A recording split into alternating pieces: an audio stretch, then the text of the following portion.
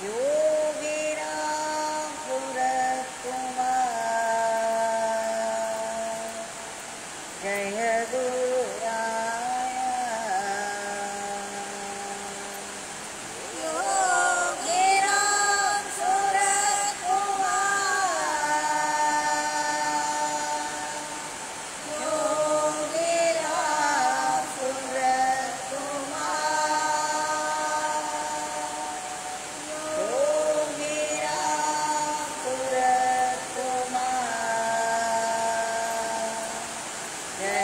योगिराम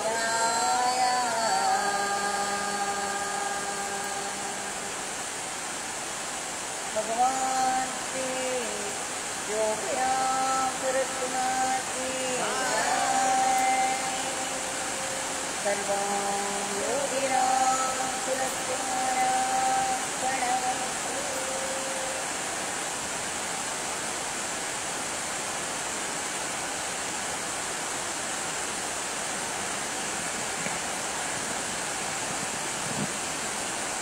இந்த இனிய மார்கழி காலை வேளையில் அடாது மழை பெய்து கொண்டிருந்தாலும் விடாது நாம் நாமசங்கீர்த்தனம் செய்து கொண்டிருந்தோம். இது பகவானுடைய அருளின்றி நமக்கு சாத்தியம் இல்லை. அந்த பகவானுக்கு, யோகிராம் சரத்குமார் அவர்களுக்கு அவருடைய திருப்பாதங்களில் நம்முடைய ஆத்மார்த்தமான நன்றிகளை சமர்ப்பிப்போம். இந்த மாதம் ஒரு பொன்னான மாதம். மாதம் முழுவதும் நான் அடிக்கடி சொல்லிக் கொண்டிருக்கிறேன், தேவர்களுக்கே பிரம்ம முகூர்த்தம். அதனால் நாம் செய்யும் ஒரு தவத்தின் பலனும் பல மடங்கு இருக்கு. இந்த மாதத்தை நாம் கை நழுவ விடக்கூடாது. எப்படியேனும் நம்முடைய எண்ணக் குவியல்களை எல்லாம் மூட்டை கட்டி பரணில் போட்டு உள்ளத்தை நாமத்திலும் நற்செயல்களிலும் செலுத்த வேண்டும். ஆண்டாள் சொல்கிறார்கள் அல்லவா,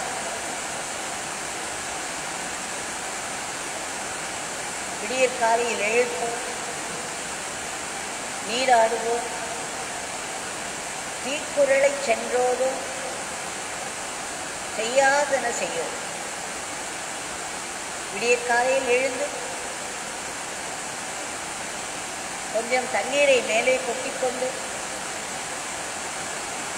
பகவானுடைய நாமத்தை நாம் சொல்வோம். அது மட்டுமல்ல, செய்யாதன செய்யும். இந்த மாதத்தில் ஒரு விரதம் போல் செய்யக்கூடாத தீ செயல்களை செய்யாமல் இருப்பது ஒரு பெரிய தவம்.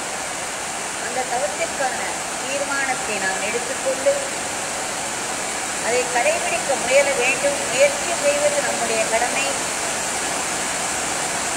அதில் வெற்றியோ தோல்வியோ அது கடவுளுடைய அருள். தீக்குறளை சென்றோடும், அதாவது பொய் சொல்லுவதை தவிர்க்க வேண்டும். இந்த ஒரு மாதமாகும் பொய் சொல்வதை தவிர்க்க வேண்டும். மற்றவர்களை பற்றி இன்னொருவிடம் சென்று கோல் சொல்வதை தவிர்க்க வேண்டும். மற்றவர்கள் மனம் புண்படும்படி பேசுவதையும் தவிர்க்க வேண்டும். ஒரு விரதமாக எடுத்துக்கொள்ளுங்கள்.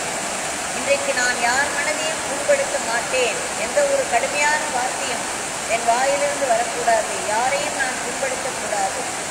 அவர்கள் என்னை எப்படி மோசமாக நடத்தினாலும் நான் அவர்களை பற்றி புண்படும்படி ஒரு வார்த்தையும் சொல்ல மாட்டேன் என்று ஒரு விரதம் எடுத்துக்கொண்டு அதை கடைபிடித்தாலே போதும்.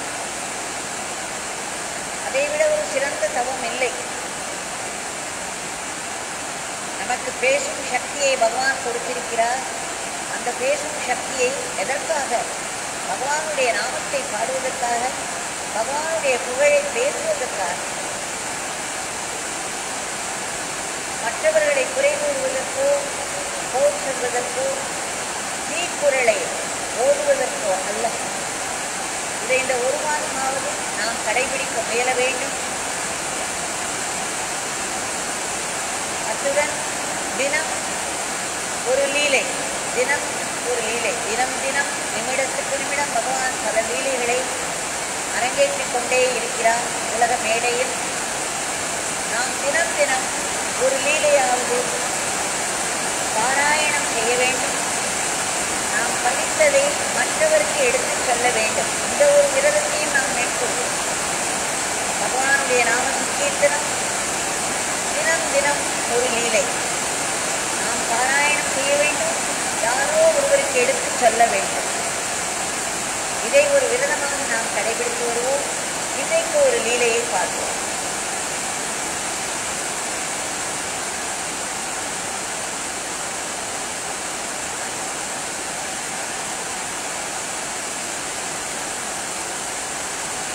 வளர்முகி என்று விருதுநகரில் ஒரு பக்தை பகவானிடம் ஆழ்ந்த பக்தி கொண்டுள்ளார். அவரை சில மாதங்களாக அவருடைய கடிதங்களையோ அவருடைய கேள்விகளையோ சந்திக்க நேர்ந்துள்ளது. அவர் 2-3 நாட்களுக்கு முன்பு ஒரு கடிதம் எழுதினார். அதில் தனக்கு ஏற்பட்ட ஒரு அனுபவத்தை கூறியுள்ளார். இதை நான் முன்னாடியே கோடி காட்டியிருக்கிறேன். இதை பற்றி நான் சிறிதளவு சொல்லியிருக்கிறேன். ஆனாலும் இதை மீண்டும் பார்த்துக்கணும். ஏனென்றால் ஒரு லீலையை அதனுடைய முக்கியமான விவரங்களோடு பார்க்கும் பொழுது,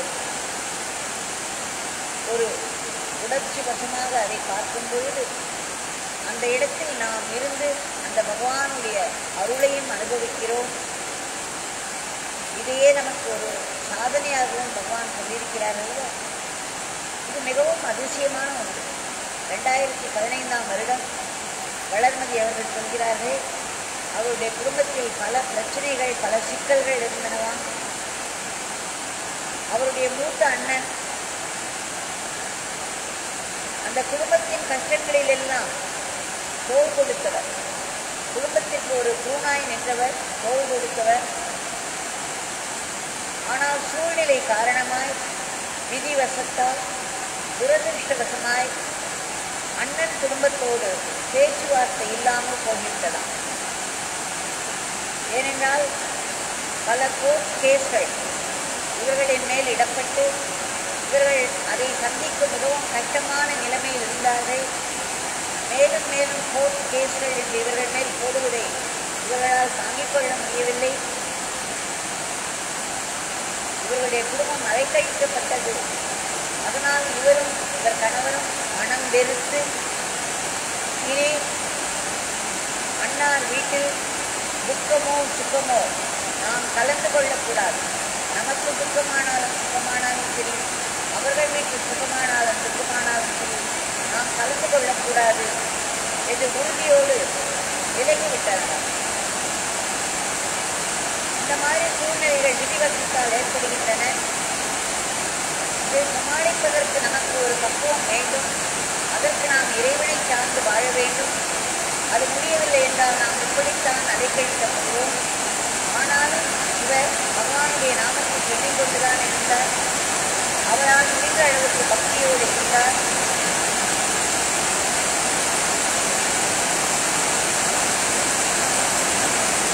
அந்த சமயத்தில் அந்த வருடம் 2015ஆம் வருடமே இவருடைய அண்ணா ஒரு விபத்தில் சிக்கி இறந்து விட்டார், காலமாகிவிட்டார்.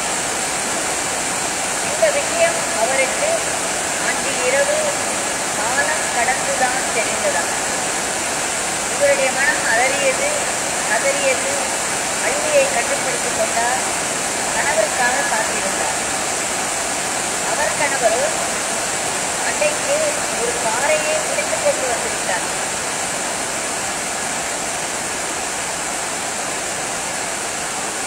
வந்தவர் இரவு 11 மணி ஆகிவிட்டது. அப்பொழுதுதான் அவர் வந்தார். எங்கிருந்த ஒரு காரை வேறு பிடித்துக் கொண்டு வந்தார். வந்தவுடன் சும்மா இல்லாமல் கிளம்பு, நாம் போய் பார்ப்போம் என்றார். அவருக்கு செய்தி தெரிந்திருந்தது, இவருடைய அண்ணார் இறந்து விட்டார் என்று. அவர் காரை ரெடியாக கொண்டு வந்து கிளம்பு, நாம் போய் பார்த்து வருவோம் என்று சொன்னார். இவருக்கு ஆச்சரியமாக போய்விட்டது. என்ன சொல்கிறீர்கள்? வேண்டாம் என்று நாம் முடிவெடுத்திருந்தோமே, என்ன சொல்கிறீர்கள் என்று கேட்டார்கள். உடனே இவருடைய கணவர் பாருங்கள், அவருடைய மனதின் பக்குவத்தில் பாருங்கள். அவர் சொல்கிறார், அது ஆத்திரத்தில் எடுத்த முடிவு, அதை மறந்துடுவோம் வளர்மதி. இன்றைக்கு நீ போகாவிட்டால் உன் மனம் சாகும் வரை உன்னை கொன்றுவிடும், எனக்கும் நிம்மதி போய்விடும் என்று சொல்கிறார். இந்த மாதிரி அவர் சொல்வதற்கே ஒரு பெரிய அருள் வேண்டுமல்லவா? அருளினால் தான் நற்சிந்தனைகள் வருகின்றன, நற்காரியங்கள் நடக்கின்றன. உடனே இவருக்கு மனம் சமாதானமாகிவிட்டது. வாருங்கள் கிளம்புவோம் என்று 11 மணிக்கு இவர்கள் கிளம்பி போகிறார்கள். 2 மணி நேர பயணம். ஸ்ரீவில்லிபுத்தூருக்கு சென்றார்கள் விருதுநகரில் இருந்து. அவர்கள் அங்கு போய் சேரும்போது இரவு 1 மணியாகும். அரசு மருத்துவமனைக்கு சென்றார்கள். அங்குதான் அவருடைய அன்னாரை வைத்திருந்தார்கள். ஆனால் இரவு 1 மணி அல்லவா, ஆஸ்பத்திரியில் யாரையுமே அனுமதிக்கவில்லை. இவர்கள் வேறு வழியின்றி வீடு திரும்பிவிட்டார்கள்.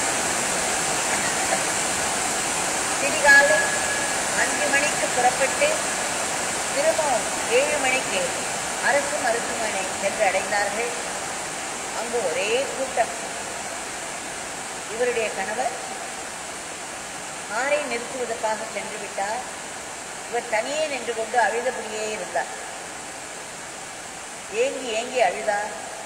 அன்னாருக்கு இப்படி ஆகிவிட்டதே, நாம் அவரோடு பேசாமல் இருந்து விட்டோமே, அவர் எங்காவது நன்றாக வாழ்ந்திருக்க கூடாது, அவருக்கு ஏன் இந்த கதி ஏற்பட்டது என்று இவர் மனம் கதறியது. அழுது கொண்டே நின்று கொண்டிருந்தார். அவர் சொல்கிறார், அந்த துக்கத்தில் பகவானுடைய நாமம் கூட என்னை விட்டு போய்விட்டது என்று சொல்கிறார். ஆனாலும் பகவான் அவரை விடவில்லை. இவர் அந்த கூட்டத்தில் சற்று தனியே நின்று கொண்டு அழுது கொண்டே இருந்தார் அன்னாரை நினைத்து. அப்பொழுது ஒரு கரம் இவை கையை பிடித்து இழுத்ததாம்.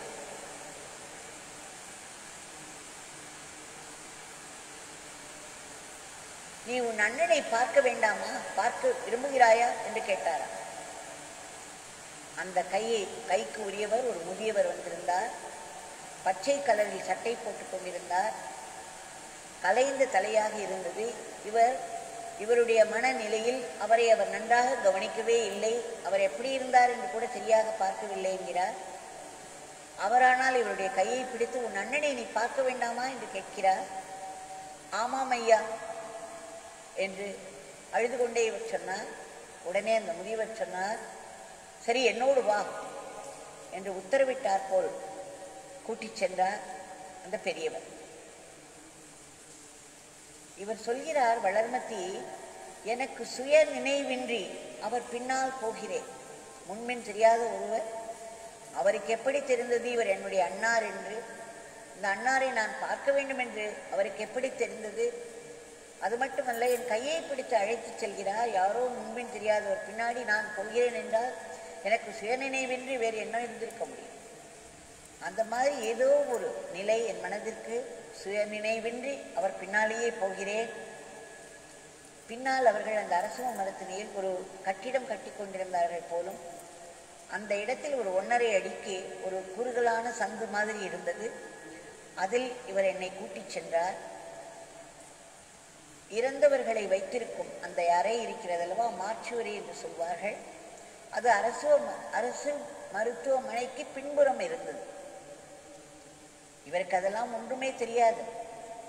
இவர் இப்பொழுது அதை சொல்கிறார், பின்புறம் இருந்தது போலும் என்று. இது பெரியவர் முன்னே போகிறார், இவர் பின்னே போகிறார்.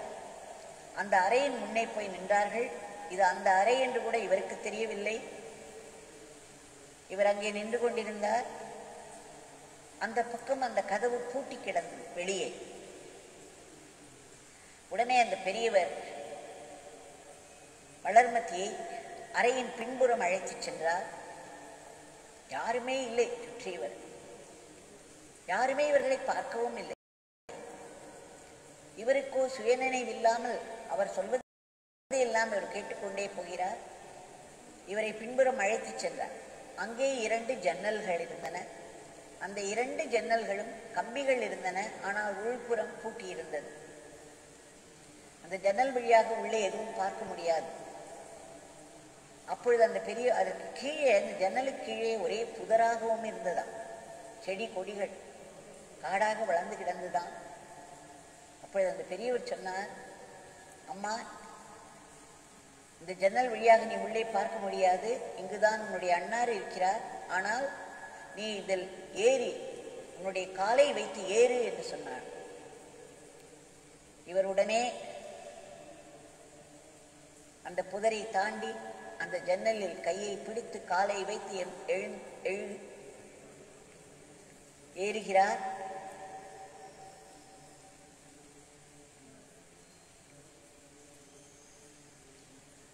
பிறகு இவர் கேட்கிறார்.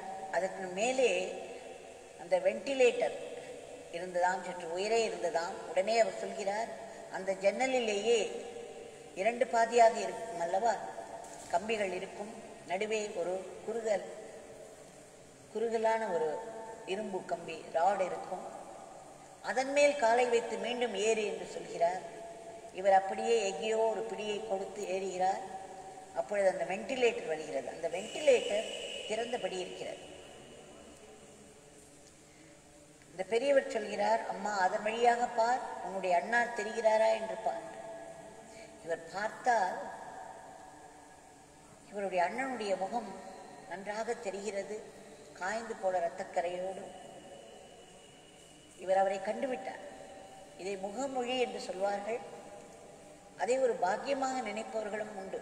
இறந்தவர்களுடைய முகமொழி கிடைத்தல் என்பது அதற்கு ஒரு இம்பார்ட்டன்ட், ஒரு சிக்னிஃபிகன்ஸ் உண்டு. இவருக்கு இறந்தவரின் முகத்தை அவ்வளவு இவர் மனதிற்குள் ஃபீல் பண்ணி இருக்க வேண்டும். இல்லாவிடில் இந்த பாக்கியம் இதையெல்லாம் கிடைக்காது. இதெல்லாம் சாதாரணமாக நினைத்து பார்க்கவே முடியாத விவரங்கள்.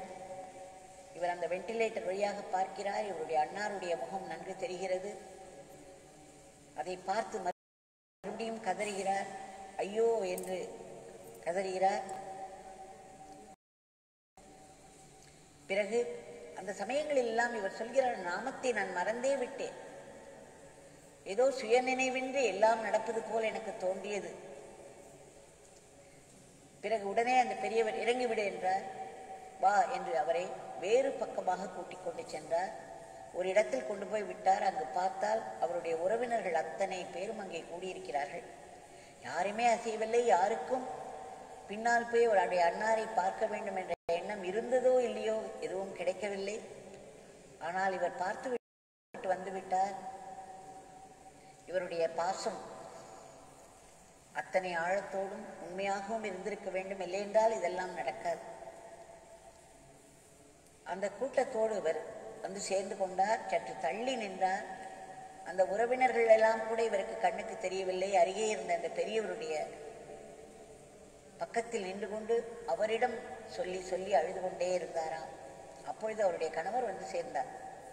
அவர் இவரை பார்த்து ஆச்சரியப்பட்டார். இது என்ன, அத்தனை உறவினர்கள் நிற்கிறார்கள், இவர் வளர்மதி யாரோ ஒரு பெரியவரிடம் அழுது கொண்டே ஏதேதோ சொல்லிக்கொண்டே நிற்கிறாளே என்று. யார் இவர்? நமக்கு சொந்தமா? என்ன இவரிடம் பேசிக்கொண்டு நிற்கிறாய், அழுது கொண்டு நிற்கிறாய் என்று கேட்டாராம். இவருடனே எனக்கு தெரியாது, இவரை யார் என்று தெரியாது,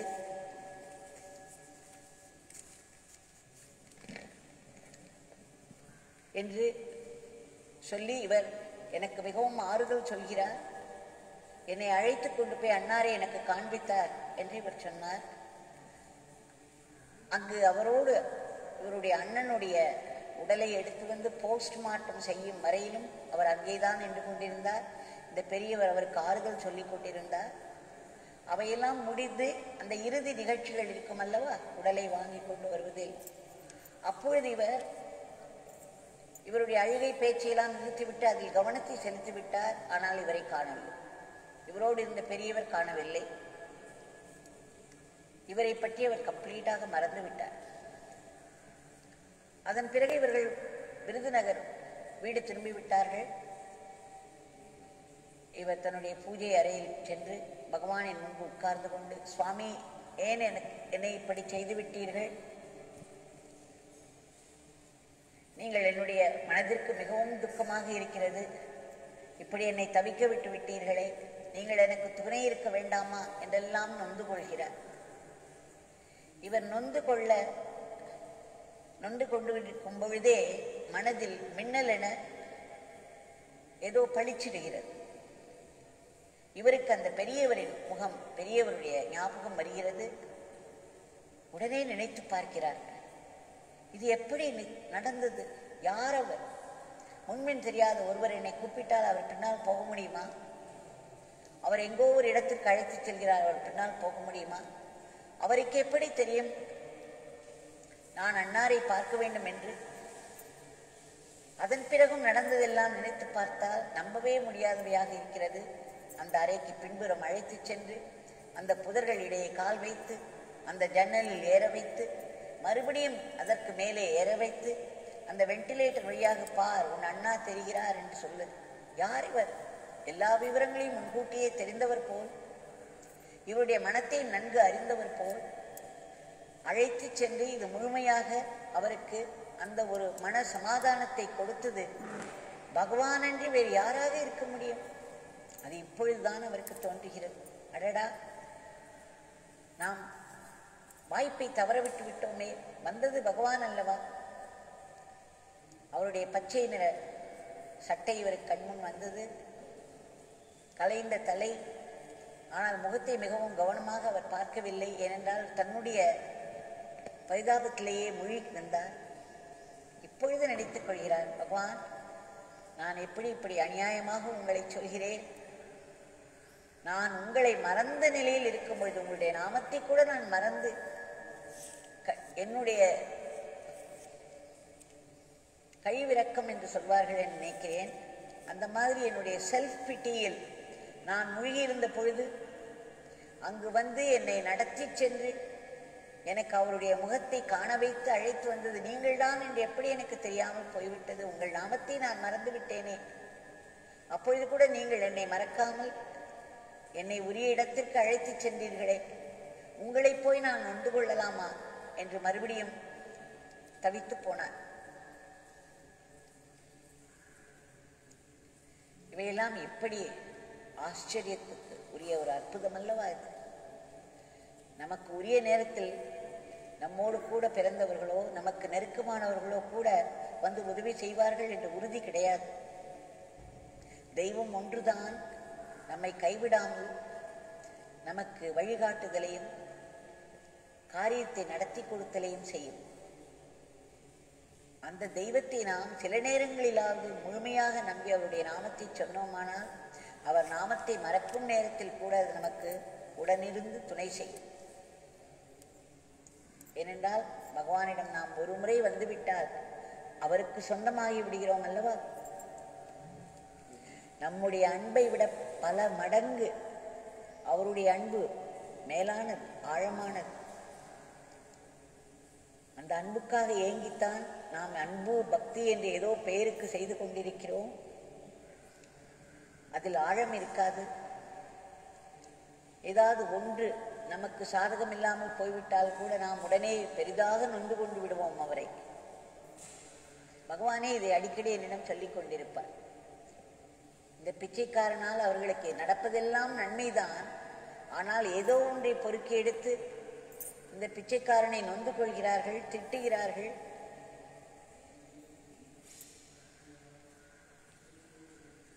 என்று சொல்வார், சொல்லி சிரிப்பார். ஏனென்றால் அவருக்கு தெரியும் அல்லவா, அவருடைய குழந்தைகள் அல்லவா நாம். நம்முடைய குழந்தைகள் வீட்டில் இந்த மாதிரி இருக்கும் பொழுது நாம் அதை பெரிதுபடுத்துவதில்லையே. அந்த மாதிரி பகவான் நம்முடைய சேஷ்டைகளை எல்லாம் பெரிதுபடுத்தாமல் நம்மீது ஒரு பெரும் ஆழமான ஒரு அன்பு வைத்து நமக்கு உதவியும் வழிகாட்டுதலையும் பாதுகாப்பையும் தந்து கொண்டே இருக்கிறார்.